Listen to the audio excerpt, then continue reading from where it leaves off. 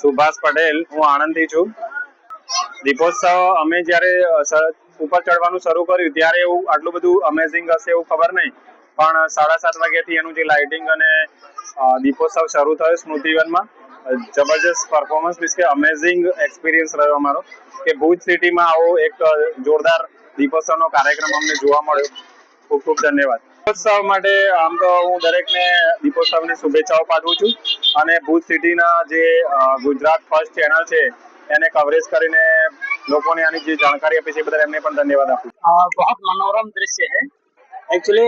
पिछले 3 सालों से लगातार इस बार चौथी साल स्मृति वन भुजियो डूंगर के ऊपर जो अपना मेमोरियल एरिया है पूरे को प्रदीप्तवान करने के लिए यहाँ पे अपने राहुल गौर भाई और अपने दादा ये सारे लोग यहाँ पे मिल करके और यहाँ के बहुत सारे कमेटी के साथ में जो 600-700 लोग यहाँ पार्टिसिपेंट हैं, इसके लिए बहुत बढ़िया यहाँ पे दीपक का आयोजन करते हैं और बहुत अच्छा भुजियो डूंगर से सन पॉइंट तक जो इसका एक मनोरम दृश्य बनता है बहुत ही मनमोहक और बहुत ही सुहावना लगता है और इस दीपावली पे बहुत बड़ा एक महोत्सव की तरह मनाया जाता है।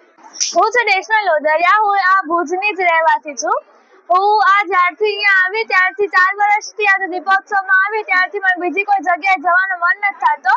અહીંયાનું કુદરતી વાતાવરણ ખૂબ જ સરસ છે અને દીપોને બધું ખૂબ જ મહેનત કરી છે. હું બધા જ છોકરાઓને એક મેસેજ દેવા માંગીશ કે તમે મોબાઈલની દુનિયામાંથી બહાર આવી અને આ બધું જોવા આવો. આ ખૂબ જ મસ્ત છે, ખૂબ જ મસ્ત લાગી રહ્યો છે. અહીંયા ખૂબ જ મજા આવે છે, વાતાવરણ ખૂબ જ સારું છે. જેમ ઉપર જઈએ વધારે મજા આવતી જાય છે.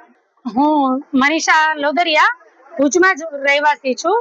આ દીપો મહોત્સવ જ્યારથી થયો ને અમે લોકો પહેલા છે ને એમ વિચારતા હતા કે ધનતેરસમાં કંઈક ભુજથી બહાર જ જતા રહીએ, પણ હવે જ્યારથી આ બધા માહોલ અહીંયા થવા માંડ્યા ને ત્યારથી ધનતેરસના બહાર જવાનું ટાળી નાખ્યું છે અને અહીંયા જ ફરવા આવવાનું.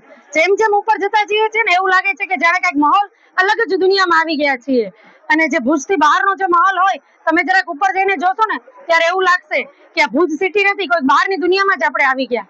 છોકરાઓને લઈને આવીએ છીએ ને ત્યારે એવું જ લાગે છે કે હવે જયારે દિવાળી અહીંયા જ બન્યા રહીએ, દિવાળીમાં ક્યાંય બહાર જવાનો પ્લાન જ ના કરીએ.